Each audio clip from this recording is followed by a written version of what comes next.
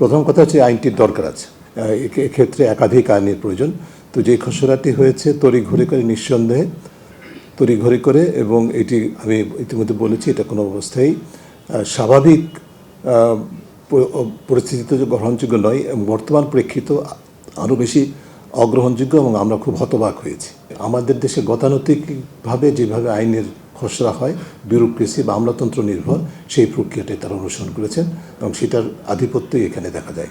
প্রক্রিয়াটা সম্পর্কে আমাদের গুরুতর আপত্তি আছে, যেভাবে এটা প্রণীত হয়েছে অধ্যাদেশটি, এবং যেভাবে যে মোটেই সময় দেওয়া হয় নাই পাবলিক কনসালটেশনের জন্য, অংশীজনের মতামতের জন্য, সেটি অন্তত অন্তর্বর্তীকালীন সরকারের কাছ থেকে আমরা আশা করি নাই। তারা যদি মনে করে থাকেন যে এই আইনটি অন্তর্বর্তীকালীন মেয়াদের জন্য ব্যবহারযোগ্য, তাহলে হয়তো অনেক ক্ষেত্রে সেটার এক ধরনের যথাযথতা খুঁজে পাওয়া সম্ভব হতে পারে, কিন্তু সেটাও ঝুঁকি থেকে যাবে।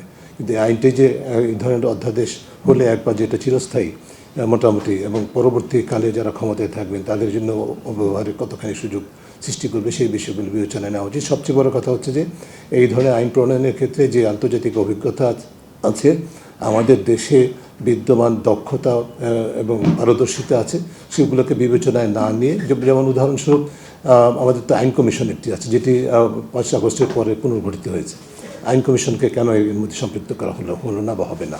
তো এই ধরনের প্রশ্নগুলো, এবং সংশ্লিষ্ট অংশজনকে কেন সম্পৃক্ত করা হবে না, সেই প্রশ্নগুলো আমাদের মধ্যে আছে। আমরা উদ্বিগ্ন এই বিষয়টা নিয়ে। আমরা আশা করব যে সরকার এই বিষয়টাকে বিবেচনায় নিয়ে কোনো তড়িঘড়ি করার সুযোগ না নিয়ে তারা যেন সকল অংশজনকে সম্পৃক্ত করে আইনটাকে সংশোধন করে ঢেলে সাজিয়ে এটা সামনের দিকে অগ্রসর হয়।